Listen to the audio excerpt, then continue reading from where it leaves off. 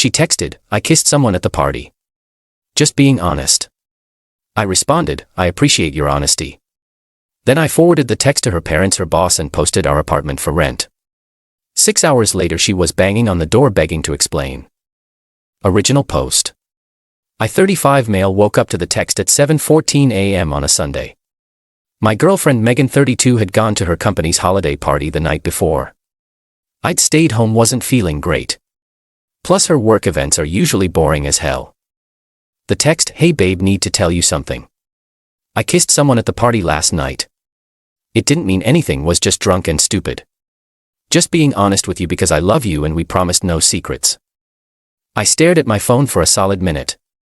We'd been together 3 years, living together for 2, talking about marriage, kids, the whole 9 yards.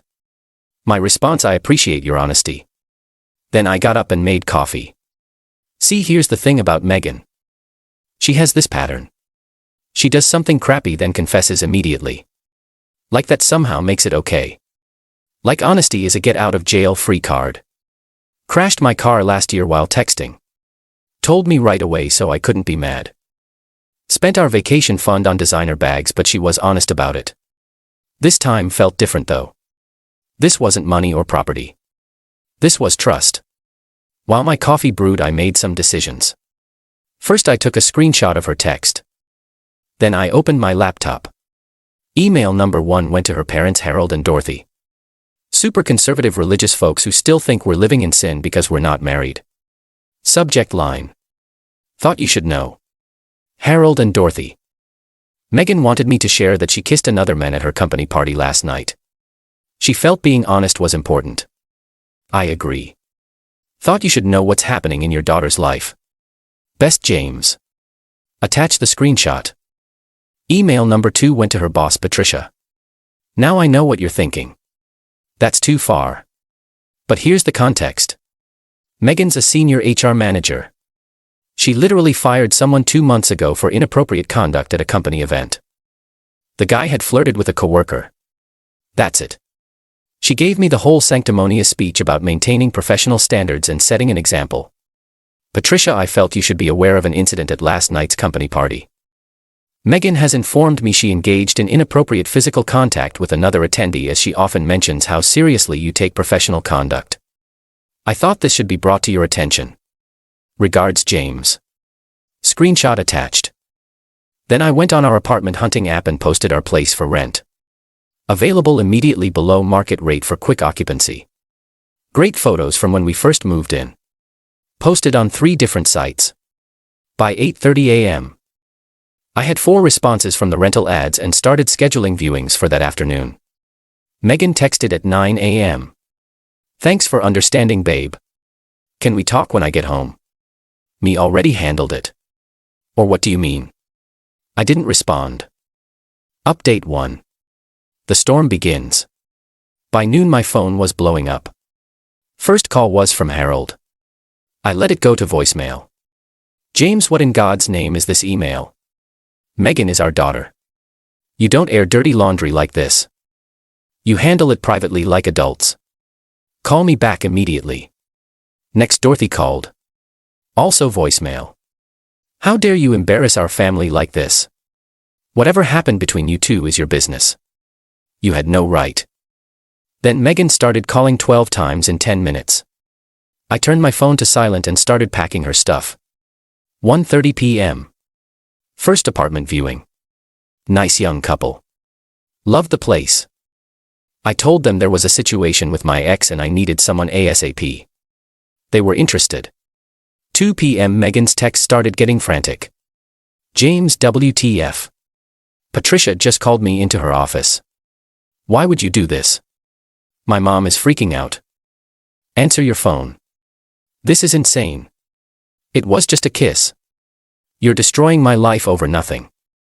2:30 p.m. Second viewing. Single dad with a teenage daughter. Super friendly. I gave him the honest rundown. Girlfriend cheated. Need her gone ASAP. He understood completely. Been there, brother. My ex-wife pulled the same honesty, makes it okay. Crap. Good for you for not taking it. 3 p.m. Megan's best friend Nicole started texting. James, what's going on? Megan is hysterical. She says you sent emails to her family and work. That's seriously messed up. Me. She kissed someone else. Wanted to be honest. I'm just sharing her honesty with everyone. It was just a kiss. She was drunk. You're overreacting. Cool. Would you be okay if your husband kissed someone else? That's different. How? She didn't respond. 4:00 p.m. got a call from an unknown number. Answered it thinking it might be about the apartment. It was Roger, Megan's coworker. Hey man. This is Roger from Megan's office. Look, I think there's been a misunderstanding. Roger. The married Roger? The one with 3 kids? Roger. Silence. You kissed her. It wasn't. Look, we were both drunk and I hung up. Married Roger. She kissed married Roger. The same Roger she's always texting about work stuff. The same Roger she had to do that urgent project with 2 weekends ago. 5:45 p.m. I selected the tenants. The young couple could move in January 1st. Sent them the lease agreement. 6 p.m. That's when the banging started. Update 2. The confrontation. Bang. Bang. Bang. Bang. James, open this door right now. I looked through the peephole. Megan was there. Mascara streaked. Hair a mess. Nicole was with her arms crossed looking pissed. I opened the door but kept the chain on. We need to talk, Megan said. We are talking. Let me in. This is my apartment too. Actually, it's not. My name's on the lease. You're just a month-to-month occupant, I added. And I've given you 30 days notice as of this morning. Her face went white. You can't be serious. I already have new tenants lined up. James, please. It was a mistake. I was drunk. Roger was there. It just happened. Roger. Married Roger. She looked down. You talked to him. He called. Trying to do damage control, I guess. How long has it been going on? It hasn't. It was just last night. The urgent project 2 weekends ago. Silence. The Tuesday night team building had dinners. More silence. Nicole jumped in. Megan made a mistake. But she told you immediately. She was honest. That has to count for something. You're right. I said her honesty counts. That's why I honestly told her parents and her boss about it. That's different. Megan cried. You're trying to ruin my life. No, I'm just sharing your truth. You wanted honesty in our relationship, right? Well, honest relationships don't exist in vacuums. If you're proud enough of your actions to tell me, you should be proud enough for everyone to know. I could lose my job. You fired someone for flirting. You made out with a married subordinate. Yeah, you probably should lose your job. She started sobbing. Where am I supposed to go? Not my problem. Your stuff's in boxes by the door. Take them and leave. Baby, please. I love you. It meant nothing. If it meant nothing, you wouldn't have done it. And if you loved me, you definitely wouldn't have done it. Nicole tried a different approach. James, you're hurt. I get it. But throwing away 3 years over one drunken kiss. That's insane. One kiss. Nicole, she's been having an emotional affair with Roger for months. The kiss is just what she got caught doing. That's not true. Megan protested. I pulled out my phone and showed them my credit card statement. Lunch charges twice a week. Always for 2 people. Always on days Roger's wife was out of town. That breakfast charge from last month when you said you were at the gym. GPS shows you were at Roger's neighborhood. Megan's face crumbled. You've been tracking me. No. I was reviewing our finances last week to budget for the engagement ring I was planning to buy you. Noticed some patterns. Didn't say anything because I trusted you. Guess that was stupid. That broke her, full-on ugly crying. I'm sorry. I'm so sorry. I'll end it with Roger. I'll quit my job. I'll do whatever you want. What I want is for you to leave. Update 3. The escalation. The next 48 hours were insane. First, Patricia called me Monday morning. "James, this is Patricia Williams from Everstone Solutions. I'm calling regarding your email about Megan." "Yes. While I appreciate your concern, this is a company matter. We'll handle it internally." "Of course, I just thought you should have all the information, especially since Roger Morrison is married and reports to Megan." Long pause. "Roger reports to Megan for the last 6 months. Yes, she oversees his department." "I see. Thank you for the information." She hung up. Megan was fired by lunch. The texts from Megan turned dark fast. "I got fired. Are you happy now? This is your fault. I'm going to sue you for defamation. You've ruined everything." Roger's wife left him. A whole family destroyed because you couldn't mind your own business. Then came the call from Harold. "James, Megan is staying with us. She's a mess. You've gone too far, son. Harold, your daughter cheated on me with a married man. She chose to do that. It was a moment of weakness. Haven't you ever made a mistake?" "Sure, but when I make mistakes, I own the consequences. I don't expect everyone to pretend it didn't happen because I was honest about it." "You're being vindictive." "I'm being practical. She cheated. The relationship is over. I'm moving on. She says you're kicking her out illegally. She's a month-to-month tenant. I gave proper notice. She has until January 1st to get her stuff and leave. That's more generous than required." He sputtered for a bit, then hung up. Tuesday afternoon, I got a call from my landlord. "James, the first just got a weird call from someone named Megan claiming you're illegally subletting." I explained the situation. "Oh, she's your ex? The one you added to the lease as an occupant?" "Yeah, you're good. You have every right to remove her with proper notice. The new tenants you found, they seem solid. Already ran their credit and references. They're perfect." "Good. Let me know if she causes any more trouble." That evening, Roger showed up. I was taking out trash when this nervous-looking guy approached me. "James, Roger, bold of you to show up here, man. I need to talk to you." "No, you need to leave. You destroyed my life. My wife took the kids. I lost my job. You destroyed your life when you decided to make out with your boss at a company party. It wasn't like that, wasn't it? How long have you been screwing Megan?" "We weren't." "It's not. Roger. I have credit card records, location data, and now a confession from Megan. You want to keep lying?" He deflated. "For months, but it's not what you think. She pursued me." "And you what?" "Tripped and fell into her mouth. She threatened my job." I actually laughed. "Really? That's your play? Your boss, who you've been having lunch dates with for 4 months, who you met up with on weekends, forced you? You don't understand." "I understand perfectly.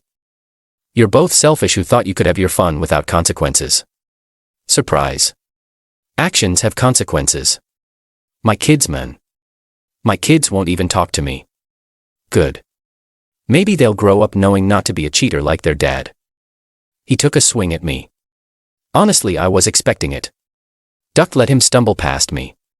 He fell into the garbage cans. "You should leave before I call the cops." He scrambled up and left, muttering threats. Update 4. The extinction burst Wednesday. Megan went nuclear. It started with a Facebook post, a long dramatic essay about emotional abuse and controlling behavior and how she'd escaped a toxic relationship. No mention of the cheating, of course. Her friends ate it up. My phone started blowing up with messages calling me an abuser, a narcissist, a monster. I posted one response. "Interesting how kissing your married coworker becomes escaping abuse when you face consequences." Then I posted the screenshot of her original text. The tide turned immediately. Half her friends deleted their supportive comments. A few messaged me privately apologizing. But Megan wasn't done. Thursday morning, I woke up to find my car keyed. Deep scratches all along the driver's side, spelling out "called the police, filed a report." The apartment building's camera caught her clear as day at 3 a.m. with her keys out. The officer was sympathetic. Breakup. She cheated with a married coworker. Ah, yeah. We see this a lot. You want to press charges? Absolutely. Megan was arrested that afternoon at her parents' house. Harold called me screaming about how I was destroying their family and being cruel to a woman in pain. Harold, she committed vandalism on camera. That's a crime. Drop the charges. No, she made a choice. Choices have consequences.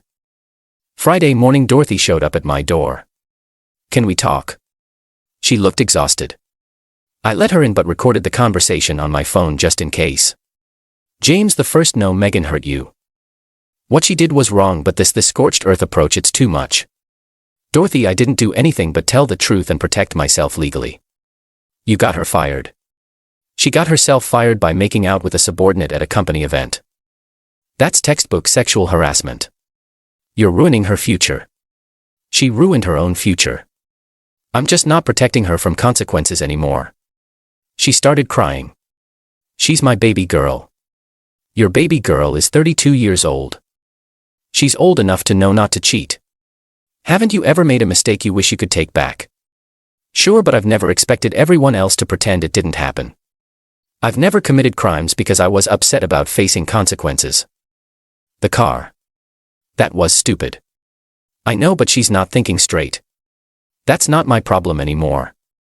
Dorothy left defeated. Final update resolution. It's been a month now since everything went down. Megan took a plea deal for the vandalism, community service, and restitution for the car repairs. She had to pay me $3,200 for the damage. She moved back to her hometown 3 hours away, living with her parents. Last I heard through mutual friends, she's working retail and in therapy to deal with the trauma.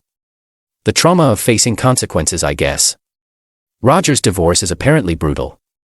His wife is taking him for everything. Good for her. Patricia called me last week to thank me.